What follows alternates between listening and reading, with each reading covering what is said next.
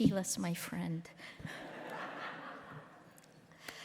It's been an incredible experience these last few days here with the other IPFA, the awardees. It's an incredible honor to be here tonight, and it's also incredibly humbling. Thank you, Committee to Protect Journalists. This comes at a time when Rappler and I need your attention and your support. This is an existential moment for global power structures, turned upside down by technology. When journalists globally are under attack, when power structures are shifting. Our problems in the Philippines are partly caused by your problems here. American social media technology platforms, once empowering, now weaponized against journalists, activists, and citizens.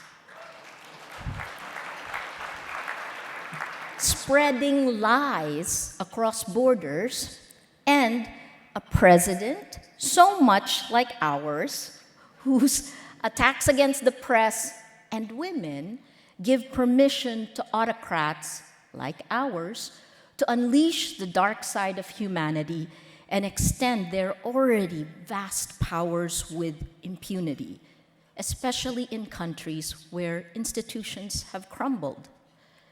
We at Rappler fight impunity on these two fronts, the Philippine government and Facebook, which is essentially our internet.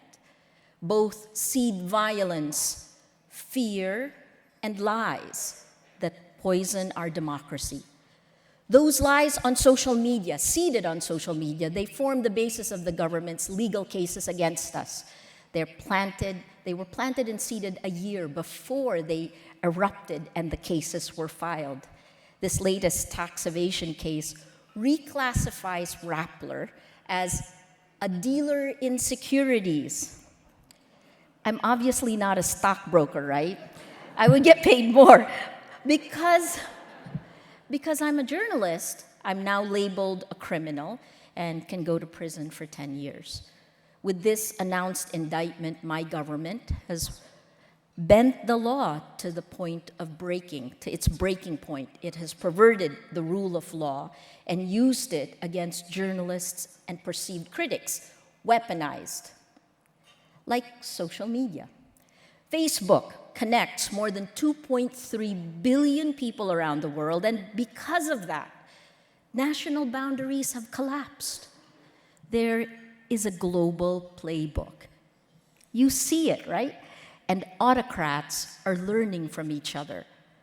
The most compromised accounts during Cambridge Analytica, for example, were here in the US. The second in the Philippines. When President Trump called CNN and the New York Times fake news, a week later, President Duterte called Rappler fake news. When President Trump took away the accreditation of CNN's Jim Acosta, he was following what President Duterte did earlier this year to our reporter. Oh, he also banned me from the palace, even though I haven't reported from there during his administration.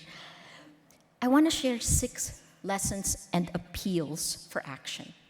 1, the time to fight for journalism, for our Constitution, the Philippines and yours, is now.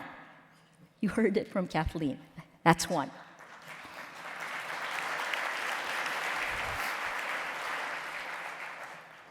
2, don't stay quiet when you are attacked.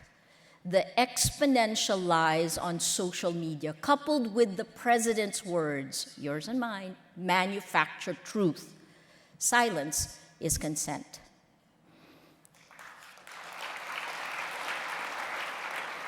3, we need to continue reporting without fear or favor. And you heard these words here last year from my former colleague, Christiana Manpur. We need to be truthful, not neutral.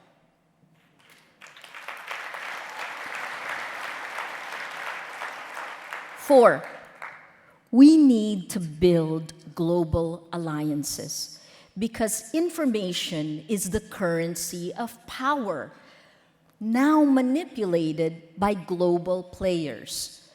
You have the Mueller investigation here. Well, if Russia is doing B2C, China is doing B2B. You know what I mean by that? Startups. Check out Freedom House's report released this month, which shows how China is exporting its digital authoritarianism to other countries. It's happening. 5, we need to hold tech platforms to account.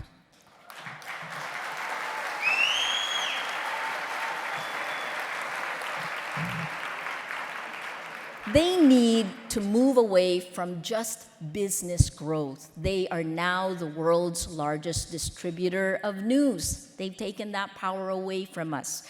So they have to take on the responsibilities journalists once had as gatekeepers.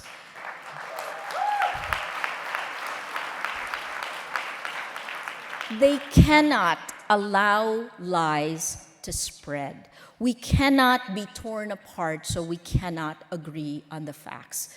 They need to protect the public interest and the public sphere where democracy happens.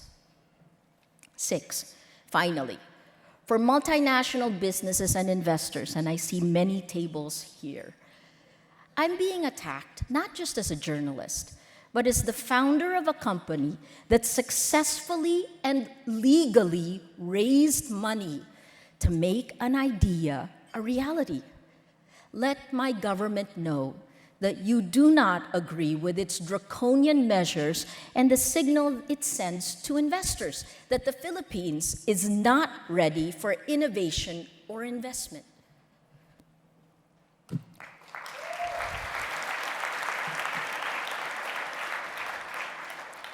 For each of us in this room, it's about values and principles. Our mission as journalists, it's very clear.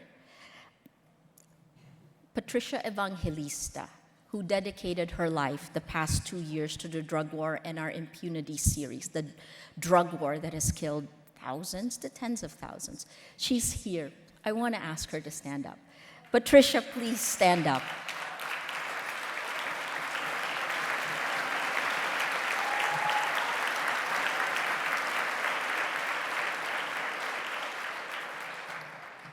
My team, the men and women of Rappler, or the women and men of Rappler, we're 64% women. There are 2 groups that are making our hashtag trend. It is CPJ and Rappler in the Philippines. You're being live streamed there. They're watching this, the Gwen Ifill Award is really yours because our team has learned to live with these attacks and they show up.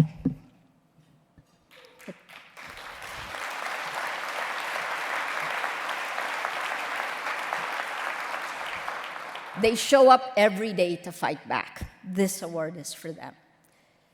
You don't really know who you are until you're forced to fight to defend it, right? Until you're forced to fight.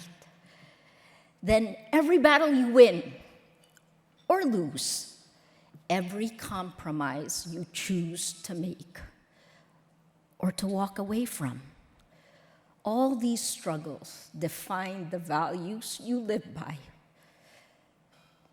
And ultimately, who you are. We at Rappler decided that when we look back at this moment a decade from now, we will have done everything we could. We did not duck. We did not hide. We are Rappler, and we will hold the line. Thank you.